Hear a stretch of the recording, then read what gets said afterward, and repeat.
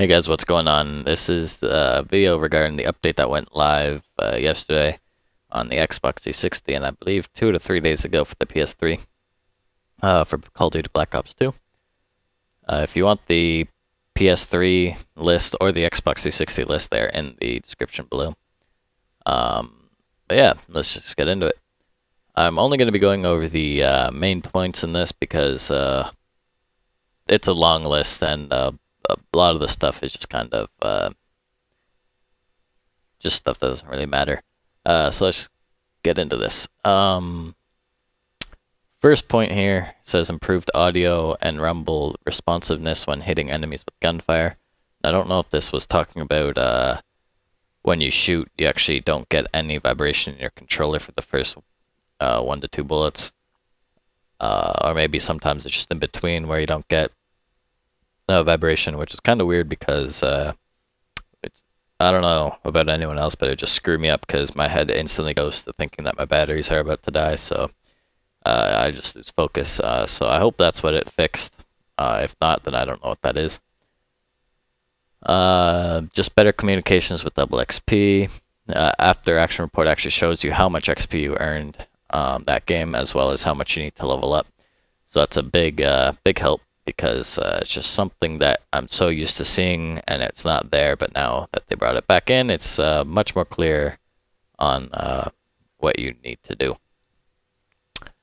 They added more security system enhancements, so that's pretty good. And then added hardcore kill confirmed to the hardcore playlist, so that probably be good for them. Into the issues addressed, you can now reroll care packages, even if a teammate's taking them, if you are the owner of the care package. So basically, if your care package drops and your teammate starts taking it, you used to not be able to change it, but now you can change it and their bar gets reset, so then you actually have time to grab it as well. So that's really good. And then players with black hats can't hack care packages faster than the owner can. That is also really good, because you would have those guys who just sit there with their black hats just waiting for the care package to fall, and then they get it, and you can't really do anything about that. They fixed the theater mode thing with the 10th prestige glitch hack thing, so that's good. And then theater mode's actually working now. Fixed some things about the spawns. Fixed an issue where you had your equipment being different colors, like either green for friendly or red for enemy, no matter what team it was. So that was kind of a piss off sometimes, because you weren't too sure. Going down the list here, they fixed some challenges, so you can take a look at those. I didn't really see any problem with them, but I guess there was a problem sometimes. This one's interesting. Players using Ghost and a suppressor attachment will no longer appear on an enemy's minimap while shooting and moving while the UAV is up. I don't know if they mean aiming down sights with like an assault rifle and shooting, or if it just means shooting in general, if there's a glitch there. But now, judging by the description of that, you are actually able to aim down the sight, move, and shoot with silencer with like an assault rifle or something where you move slower than what you have to move for with Ghost, if that makes sense to you.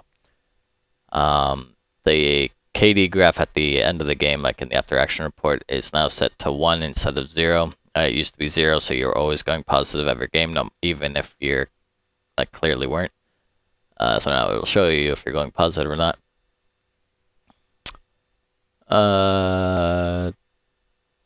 Going down a bit more here. Multi-team games no longer count as a tie if the entire team quits. So what would often happen is you just start destroying, and then you're obviously winning. It can be like 100 to 50 to nothing, and then the nothing team leaves, and then it gives you a tie, even though you're clearly winning. So now it gives the win to the respected team.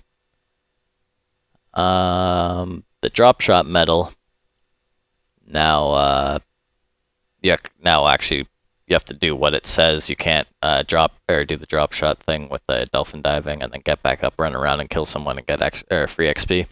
Now you actually have to stay down to get it.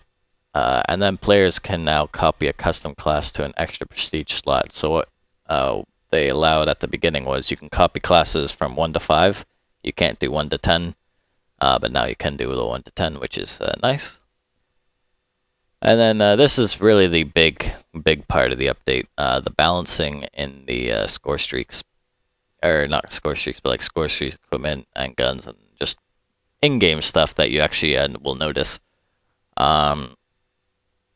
So for score streaks, UAV cost has gone up by 75 points from 350 to 425. Now this is pretty big because there was, I guess, an overusage of UAV, or it's just the cost didn't really meet the value of what the kill streak gave you. So you could get UAVs like really easily, and everyone would always have UAVs up in the air, and now they are increasing the cost of it just enough so that hopefully they can cut that down a bit and just make the game, I would say, better. Like, you don't have to worry about being on the UAV as much now. And then Lightning Strike added 750 ms delay. I don't know if that means millisecond or if it's something else. I'm pretty sure it means millisecond. It doesn't seem like much, but it could actually save you. So, or I guess get you killed too. But yeah, that's nice because lightning strikes are kind of a bitch. And then we go to equipment and grenades here. Bouncing Betty, basically when it triggers, makes like that noise and pops up. Now there's a slight delay. So that's good because people don't have the best reaction times, and hopefully this can help them out. Sensor grenades have got increased range, but now a longer ping time, or like delay in between pings, but they also last longer. So it's an overall buff to sensor grenades, but there is a I would kind of say a slight nerf there too, but nothing too bad, but definitely a buff to that. Next is the concussion grenades. Decrease the movement and turn speed penalty when you get hit by it, so basically you're not as vulnerable while you are still stunned. I mean, obviously you're still pretty much fucked, but at least you have a chance. And then we go on to guns. So here is the SMGs. All of them get increased hipfire recoil, and their hipfire spread is also increased. So basically it's just going to be a bit harder to hipfire. I don't think by much, but there's definitely going to be a noticeable difference. They all also get a bullet penetration reduction, meaning that the bullets can't pierce as well as they did before through surfaces, meaning that the bullets are just going to be weaker and stuff, so that's also really good. And then the MSMC and PDW get increased recoil because their recoil was very low. Well, the MSMC didn't seem that low, but the PDW is definitely very easy to handle. So now they're just increasing it slightly. All the assault rifles' idle sway is getting reduced, so you can actually shoot long range. The XM8, or the M8A1, I believe it's called, its lethal range of 3-hit kills get reduced from 250 to 50 inches, so slight nerf to that. Not sure how big of an impact it's going to have on it, but there's a slight nerf to that.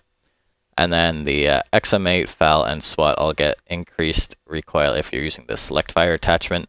I don't know why they didn't add the SMR into that, unless the SMR already had the increased recoil. But yeah, I'm not sure why they didn't do or add that. And then the MTAR auto aim values are consistent with all other assault rifles, so either it had more auto aim or less. And then on to snipers now. They all get increased hip fire spread Same with if they're using a laser sight, the hip fire gets increased. And I'm pretty sure that means it's going to be harder to no scope, and it also could play a factor into quick scoping as well. But they don't really say how much, but I don't believe it's going to be too much because the hip fire is already very large with snipers, and then the XPR50 gets increased recoil. On the shotguns, the only shotgun getting nerfed is the Remington, and it's just reducing its one-hit kill range by 45 inches, which I'm not too sure how far that is, but it's definitely going to be I'm thinking it'd be a noticeable nerf. And then for pistols, the BO2 3R and Cap 40 at the 3-burst and fully auto pistols are getting their headshot multiplier reduced from 1.4 to 1. I'm not sure why they wouldn't reduce their fire rate or their damage instead of doing this, because this doesn't seem like that big of a nerf at all.